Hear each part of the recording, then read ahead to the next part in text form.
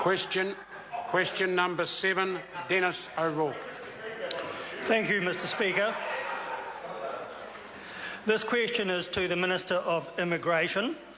Does he stand by his statement of 12 March 2013, quote, "Last year we made changes to give priority to migrants who can make a real contribution to New Zealand, which we expect to lead to significant savings for the taxpayer," unquote. Honourable Michael Woodhouse. Yes. Supplementary. Supplementary question, Denis O'Rourke. Given that the new parent category now prioritises migrants with $500,000 settlement funds, how are they making a real contribution when they are adding to the Auckland housing bubble? Honourable Michael Woodhouse. Well, Mr Speaker, I'll need to check with the Minister of Housing, but as I understand it, everybody needs shelter and a house, not just Chinese people. But I do note that the BNZ and Real Estate Institute survey recently released said, and I quote, "The survey found no evidence of Chinese buyers snapping up large numbers of Auckland properties despite reports to the contrary," end quote. Supplementary question, Denis O'Rourke. How can there be significant savings for the taxpayer considering the impact of parent category migrants on New Zealand's stressed healthcare system when 50% of all healthcare spending is spent on the elderly over 65 years? Honourable Michael Woodhouse. Mr Speaker, the savings mentioned in the question on the 12th of March refers to savings in social development costs, not health costs. Under the previous policy setting, some 24% of parent category visa holders were in receipt of emergency benefits, and the changes the government has announced but not yet implemented will have, when fully implemented, savings of up to $34 million a year. Supplementary. Supplementary question, Denis O'Rourke.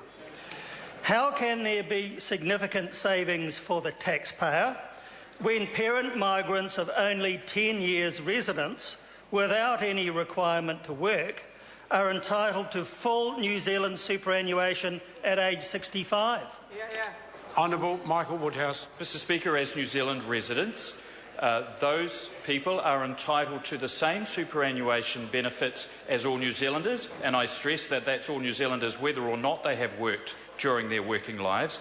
That includes being in New Zealand for 10 years, including 5 years over the age of 55. I don't see any inequity in that, and I think that's fair for those who can call themselves New Zealand residents.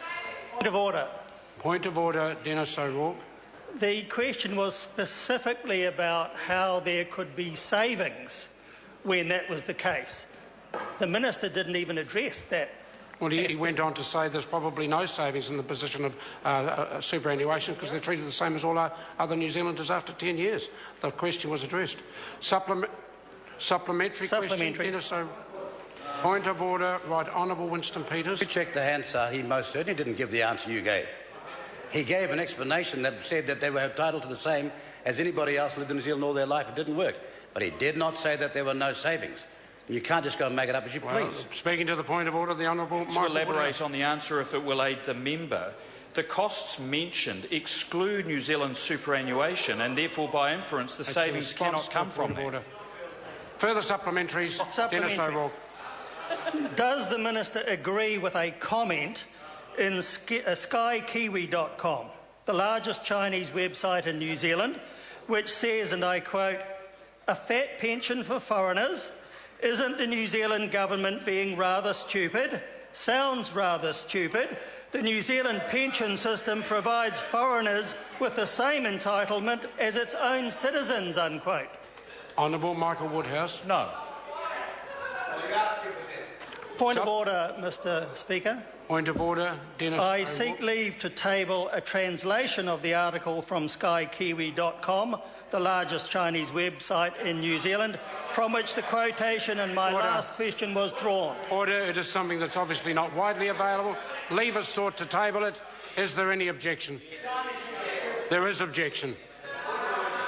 Point of order, Honourable Trevor Mallard. Speaker, I think there's still a standing order which says that points of order are heard in silence, certainly some speakers ruling. I think there are about 15 National Party MPs interjecting during that point of order, and I wonder whether you might draw their attention to standing orders. And I think the member has himself very adequately and very helpfully drawn all members to a correct standing order that points of order will be heard in silence. I'd be grateful if that would be adhered to by every member in the House. Supplementary question, Denis O'Rourke. Given that the parent category now prioritises $500,000 settlement funds or a guaranteed lifetime minimum annual income of at least $27,000, about $40,000 for a couple, why are these people getting the same New Zealand superannuation, aged care and healthcare entitlements as Kiwi taxpayers who have worked here all their lives? Honourable Michael Woodhouse. Mr Speaker, the short answer is they're not, until they become eligible under the New Zealand superannuation guidelines, which means that they need to be in this country for at least 5 years and probably 10 or more. Question number 8, Dr Paul Hutchinson.